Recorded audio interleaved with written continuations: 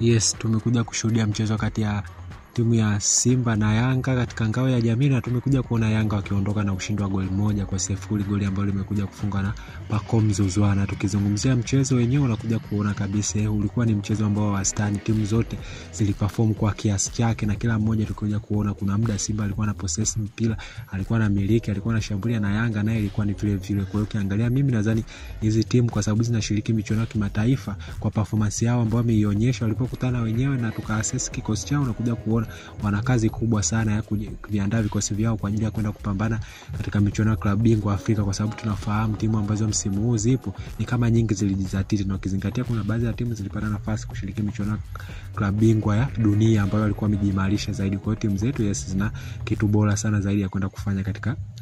michuano hiyo. Na tukizungumzia mchezo wenyewe, tunakuja kuona kulikuwa na baadhi ya wachezaji ambao walikuwa na performance bora sana kwangu mimi. Tunakuja kuona mtu kama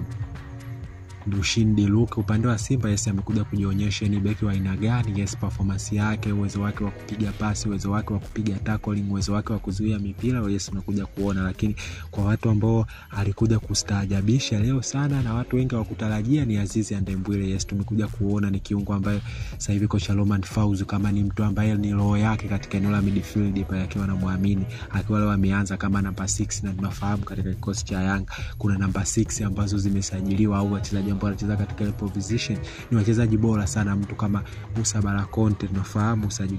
usajili wake ambao ulitikisa vichwa vya habari hapa Tanzania, lakini tumekuja kuona kocha Romain Folz akaenda naye. Na kwa sababu gani? Tunafahamu bora wa Azizi Ndembwile ni mchezaji ambaye kwa timu ya Dar es Salaam Young Africa ukiwaassess viungo wote ambao wapo, unakuja kuona ndio mchezaji ambaye ana uwezo wa piga pasi, na vile vile bado ana uwezo wa kuituliza timu, na bado vile vile ana uwezo wa kuipiga pasi vizuri. Ndio maana tumekuja kumwona hata Romain Folz amekuja kumwamini mchezaji huyo, na sasa hivi unakuja kuona atakuwa anapata nafasi katika kikosi cha Yanga, na performance ambayo alikuwa ameionyesha unakuja kuona superb, kwa sababu hata watu katika vikosi ambao walikuwa na vitabiri ulikuwa unamuona wampi nafasi, lakini kocha Romain Folz amekuja kumpa nafasi na amekuja kumlipa kile kitu ambacho alikuwa amekitarajia, na amekuja kufanya kitu superb sana, mpaka unaanza kujiuliza huyu ndo Azizi Ndembwile ambaye sisi tunamfahamu wakati anacheza Nyasa Big Bullet, mpaka timu ya taifa ya Malawi ikaja kumuomba kwamba wanamuomba abadilishe uraia au raia wa Malawi. Lakini kutokana na performance yake na yeye mwenyewe akajiasisi akasema mimi bado naweza nikachezea pata nafasi katika timu ya taifa ya Tanzania, na mwisho wa siku tunakuja kuona na namuona kabisa wakati kama ataendelea na performance hii katika michuano ya AFCON, naona kabisa na hiyo nafasi kocha Ahmed Morocco anaweza kumjumuisha katika wachezaji ambao watacheza AFCON, kwa sababu anakuja kuonyesha kwamba ni mchezaji ambaye hakuwa anapata nafasi nyingi, lakini kwa mposha yake amekuja kudeliver kitu bora sana kwa mechi ya leo.